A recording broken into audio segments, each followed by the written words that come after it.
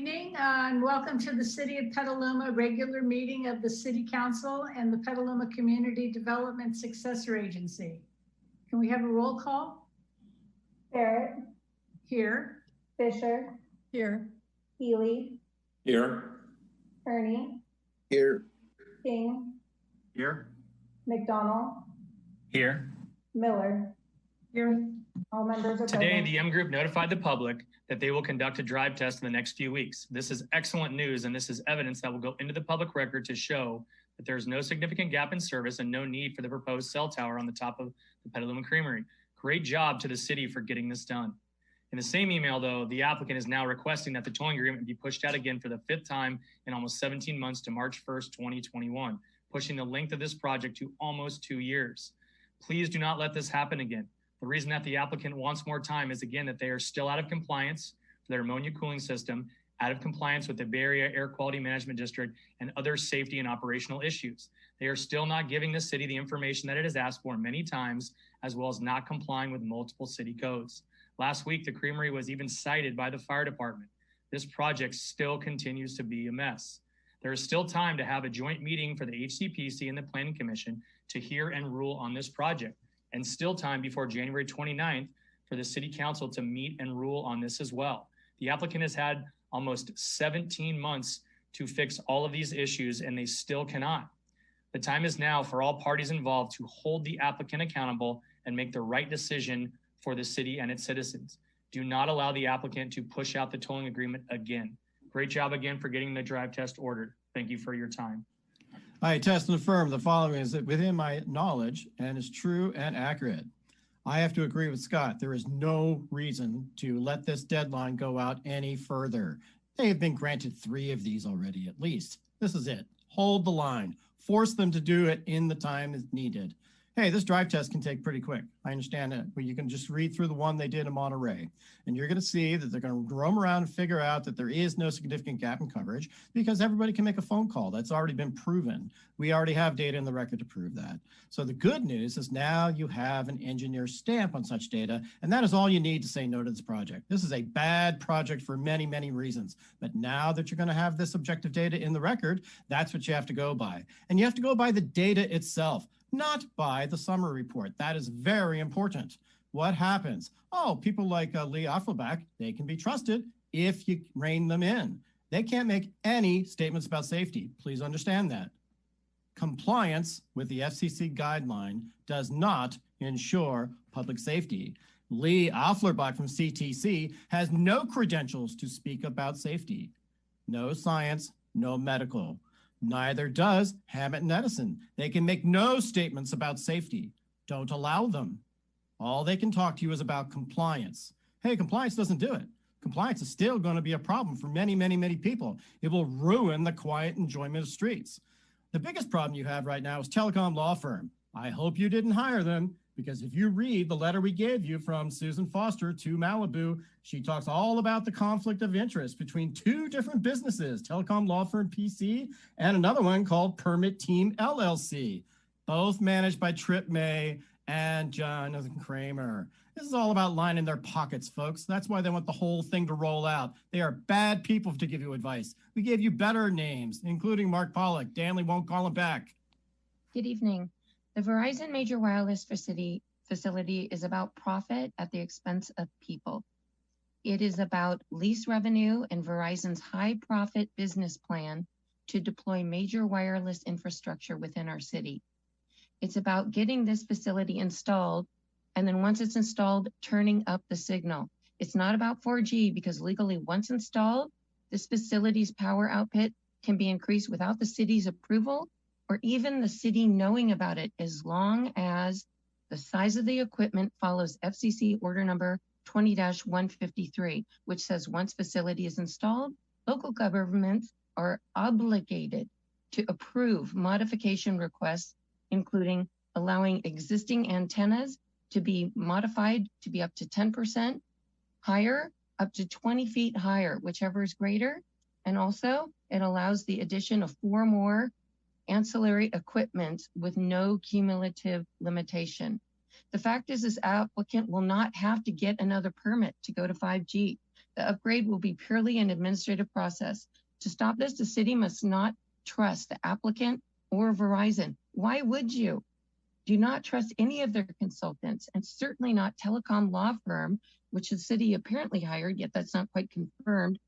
Telecom law firm is renowned for misguiding cities out of their wireless ordinances.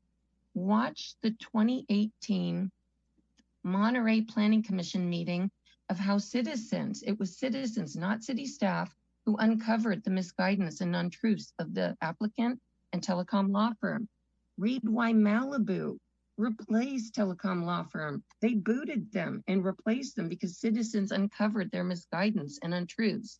Do not trust parties that have a vested interest in getting this business strategy shoehorned into our city. Thank you. My name is Samantha Buller. I am speaking to the proposed Verizon cell tower. Here is a finding you can make. The Creamery project has not met the requirements of Petaluma's municipal code, specifically section 14.44.190C, which states no telecommunication facility shall be installed unless a finding is made that no other location is technically feasible. The Petaluma Creamery is the wrong place for this project. It is a one-block historical property that is surrounded by 28 square miles of residential and historic areas, which makes the project inappropriate and not consistent with the Petaluma general plan. The applicant completed an inaccurate alternate site analysis considering 11 other options.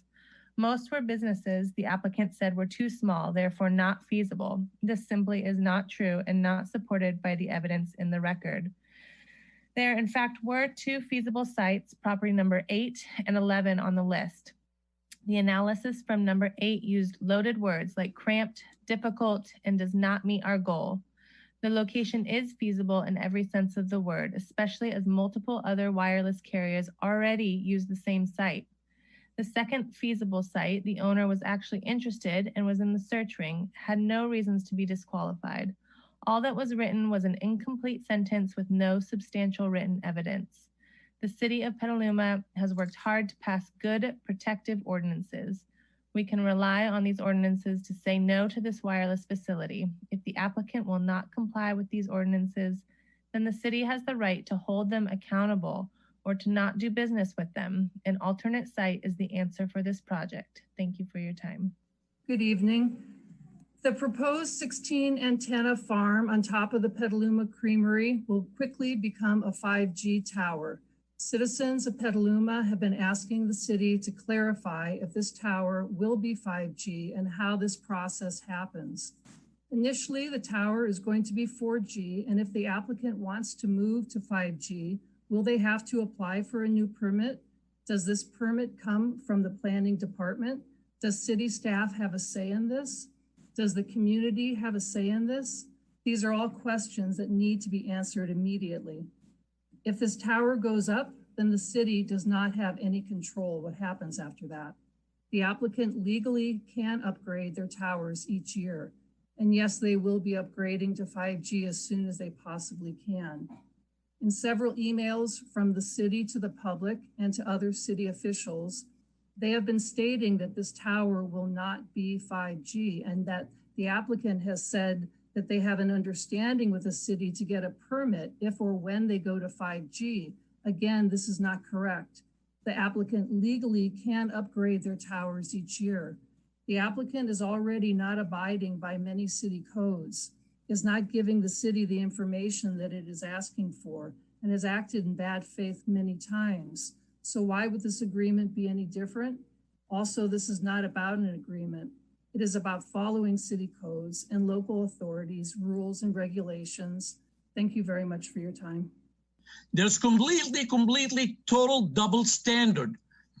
One rules for the public and completely different set of rules for the staff.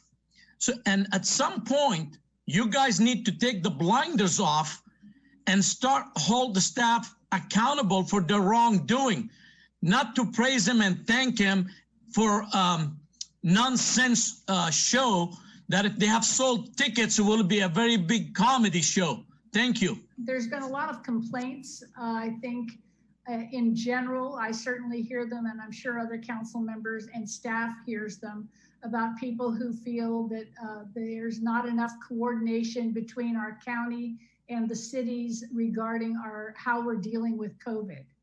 And so one of the efforts we've been trying to do throughout our meetings is bring up issues that we hear locally to the Dr. Mays and the CDC and the supervisors to let them know what we think they could do to make things better for our businesses and the health of our population. And one of the things I brought up was that now that we know there is going to be a vaccine and we have a tentative timeline for that vaccine, it seems to me it would be very prudent for our county to have a protocol and a process in place for how they're going to acquire that vaccine, how they're going to store it, because storage is a critical issue, and how it's going to be disseminated in our county, what priorities will be set up. And we were rather surprised that we were told rather straightforwardly that that was not going to happen. That we were told that we should look and see what answers to those questions existed in each of our localities. And I honestly believe that that is not a way to go forward in our county. And I think that it is a missed opportunity if we are not lobbying our leadership at the county to actually come up with a process for this. Because I think that getting people feeling comfortable about being out and shopping and going to the restaurants again is what's going to help our businesses. And people are only going to do that if we they feel had brought safe. on Tracy Webb, a consultant who is doing some interviews of our communities of color and talking to the folks who developed the listing circle and the resultant report that council received in September. And we are planning a workshop for sometime after the first year, so sometime in January. January is already getting to be pretty busy, so we've got to set a date, but we're really looking forward to it and kicking off a really robust conversation with council and the community.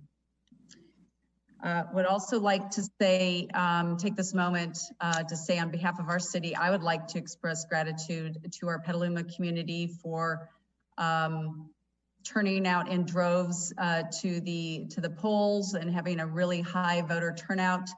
Want to thank them for their invaluable input and feedback over the last year and a half, and ultimately for their public support on Measure U. We now begin our work together to fully realize the potential of this measure for the benefit of our current and future Petalumans, and to be the full service city that our community expects and deserves. I'm really looking forward to more dialogue, more engagement of our community as we plan our bright future together. And with that, I'm going to ask if Eric Danley, our city attorney, could comment on the tolling agreement extension request. Thank you. If it pleases the council, Madam Mayor and council, I'd be happy to do that. And I can keep those remarks brief unless the council has further questions. The reason why staff believe the tolling that Verizon has requested is desirable is that we have just submitted to Verizon a quite extensive request for additional information for them to provide concerning their application. It will take them time to produce that information, and it will take staff time to review it.